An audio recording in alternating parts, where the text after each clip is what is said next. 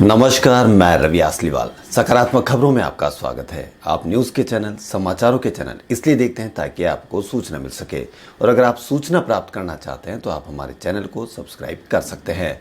और यदि आपको ऐसे चैनल देखने हैं जिसमें सिर्फ किसी का अपमान होता हो, आपके मन में गंदगी भरने का काम होता हो, और हाँ, आपको बच्चों की फीस से, अपने बच्चों के रोजगार से, और जो भी ऐसी देश की समस्या है, जैसे क्या आपको पता है कि पूरे मीडिया चैनलों में कितनी बहस सुशांत सिंह पे होती है और कितनी बहस आपकी जीडीपी पे होती है, कितनी बहस आपकी बेरोजगारी पे होती है, कितनी बहस आपके कोरोना से मरने वाले लोगों पर होती है, कितनी बहस आपके कोरोना से इलाज के लिए होती है। यह आपको समय बताएगा कि आप क्या खो रहे हो और क्या पा रहे हो, क्योंकि इस प्रकार की बहस के देखने से आपको इसमें कोई भी फ़ायदा नहीं होने वाला है। हाँ, नुकसान ज़रूर हो सकता है, क्योंकि अगर आप ऐसे चैनल देखते रहेंगे तो वो आपको ऐसे और चीज़ें दिखाते रहेंगे जिससे आपके देश की समस्याएं ख़त्म नहीं होगी, बेरोजगारी ख़त्म नहीं होगी, क्या आपके बच्चों की फ़ीस की दिक्कत है वो ख़त्म नहीं होगी, और रोज़गार ख़त्म नहीं होगा, महंगाई ख़त्म नहीं होगा,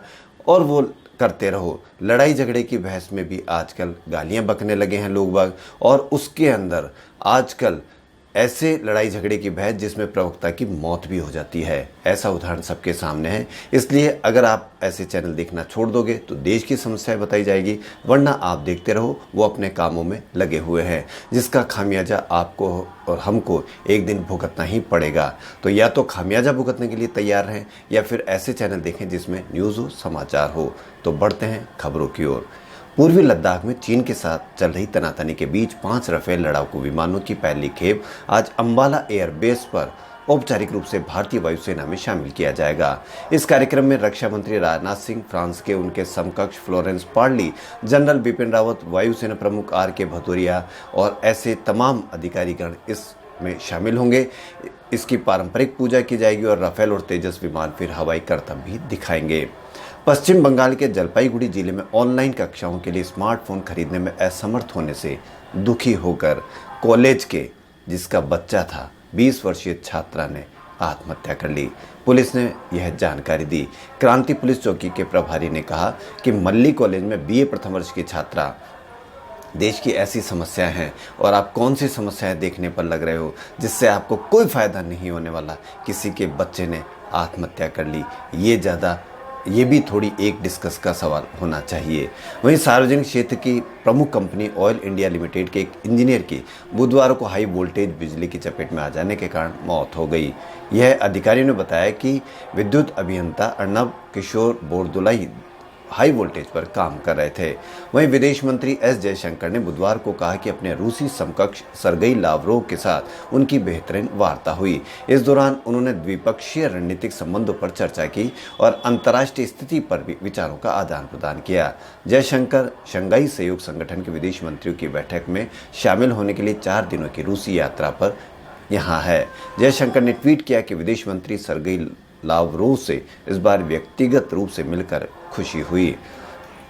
वहीं कांग्रेस के वरिष्ठ नेता P चिदम्बरम ने प्रधानमंत्री गरीब कल्याण योजना के तहत 42 करोड़ से अधिक गरीबों को 68,820 करोड़ रुपए दिए जाने की पृष्ठभूमि में बुधवार को सवाल किया कि यह राहत थी या दिखावा। उन्होंने ट्वीट किया कि प्रत्येक लाभार्थी को प्रधानमंत्री गरीब कल्याण योजना के तहत कितना मिला, क्या ये वास्तव में राहत थी या सिर्फ दिखावा था।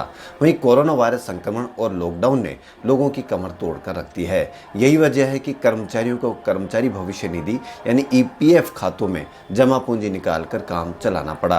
ये वे कर्मचारी हैं जिनकी कोरोना वायरस और लॉकडाउन के कारण नौकरी चली गई या वेतन में कटौती की गई है। फ्रांस ने बुधवार को भारत के एशिया में अपना अग्रणी सामरिक साझेदार करार देते हुए कहा कि उनकी रक्षा मंत्री फ्लोरेंस पार्ली की आसन यात्रा का मकसद भारत के साथ दूरगामी प्रभाव वाले रक्षा सहयोग को और मजबूत बनाना है। वहीं ILS-BS हॉस्पिटल के डायरेक्टर डॉक्टर AK सरीन ने कोरोना वायरस मरीजों पर प्लाज्मा थेरेपी के असर पर ICMR की स्टडी को लेकर कहा कि स्टडी यह नहीं कहती है कि आप अपना रास्ता बंद कर ले। यह स्टडी कहती है कि इतना सा फायदा है, लेकिन इसका कोई ऐसा नुकसान नहीं है। साइंस की एक खूबसूरती होती है कि सभी जवाब एक ट्रायल में नहीं मिलेंगे। इसके लिए आप अगली रिसर्च शुरू करते हैं। प्लाज्मा थेरेपी पर अभी बहुत काम होना बाकी है। अभी बहुत से एंगल से इसको देखना जरूरी है। वहीं कोविड-19 वैक्सीन का ट्रायल कर रही ब्रिटेन की फार्मास्यूटिकल कंपनी एस्ट्राजेनेका ने मंगलवार को बताया कि उसने अपना क्लिनिकल ट्रायल रोक दिया है क्योंकि एक वॉलंटियर में एक अनपेक्षित बीमारी देखी है। इसको लेकर drug controller general of India ने सीरम इंस्टीट्यूट ऑफ इंडिया को भी कारण बताओ नोटिस जारी किया है। डीजीसीआई ने नोटिस भेजकर पूछा कि जब तक मरीज की सुरक्षा स्थापित नहीं होती तब तक आपको मिली क्लिनिकल ट्रायल की इजाज़त क्यों न निलंबित कर दी जाए। Drug controller general of India इस बात से नाराज है कि अमेरिका, यूके, ब्राज़ील और साउथ अफ्रीका में वैक्सीन का ट्रायल रोक दिया गया है, लेकिन सीरम इंस्टीट्यूट ऑफ इंडिया ने इस बात की सूचना सेंट्रल लाइसेंस अथॉरिटी को नहीं दी, न ही उस घटना की कैजुअलिटी एनालिसिस रिपोर्ट दी है। ऐसा चल सकता है क्योंकि हमारे यहीं ऐसा चलता है। कोरोना महामारी के कारण पैदा हुए वित्तीय संकट का असर आपकी रेल यात्रा पर भी पड़ेगा। कई सुविधाएं कटेगी, संभव है कुछ नई सुविधाएं जुड़ भी जाए। हालांकि रेल यूनियनों का आरोप है कि कोविड-19 के बहाने रेल मंत्रालय आम आदमी की सुविधा पर कम ध्यान दे रहा है और अपने निजीकरण का एजेंडा बढ़ा रहा है। अब रेलवे अपनी समय सारणी में बदलाव कर रहा है। ट्रेनें अब कम स्टेशनों पर रुकेगी जबकि उनकी रफ्तार बढ़ेगी। अब एसी ट्रेनों में कंबल, चादर और पका खाना नहीं मिल पाएगा। पके खाने के स्थान पर डब्बा बंद खाने पर विचार हो रहा है। लंबी वेटिंग होने पर क्लोन ट्रेन भी चला करेगी। वहीं मुंबई पुलिस के साइबर सेल ने एक सीरियल साइबर स्टॉकर को गिरफ्तार किया है। गुजरात के भावनगर से गिरफ्तार इस साइबर स्टॉक के इनबॉक्स से 700 से ज़्यादा नाबालिग लड़कियों के आपत्तिजनक फोटो मिले हैं। इस प्रकार यह ज़्यादा मुद्दा है कि पूरे भारत में कितने ऐसे लोग हैं जिसकी वजह से हजारों बच्चियों की ज़िंदगी खराब करने पर लग रहे हैं। एक नई पहल करते हुए तमिलनाडु के कोयंटूर में ट्रांसजेंडर समाज के लोगों ने एक किचन की शुरुआत की। कोवई ट्रांस किचन में एक वक्त में 30 से अधिक लोगों को एक साथ भोजन कराया जा सकता है। गौरतलब है कि यह पहले एक ऐसे समय की गई है जब कोरोना वायरस और लॉकडाउन के चलते ट्रांसजेंडर समाज के लोगों की भी रोजी रोटी को बड़ा झटका लगा है। इस किचन में न सिर्फ लोगों को भोजन कराया जाता है बल्कि खाना डिलीवर करने का काम भी किया जाता है। ट्रांसजेंडर समाज के लोगों की पहल को काफ़ी सकारात्मक तौर पर देखा जा रहा है। वहीं प्रोविडेंट फंड का प्रबंधन देखने वाले कर्मचारी निधि संगठन ने बुधवार को अपने 6 करोड़ के करीब सब्सक्राइबर को वित्त वर्ष 2019-20 के पीएफ के पैसे पर तय ब्याज का आंशिक भुगतान करने का फैसला किया है। संगठन इस वित्तीय वर्ष के लिए तय ब्याज दरें नहीं चुका पाएगी। वहीं इस बार ब्याज दरें 2 किस्तों में मिलेगी।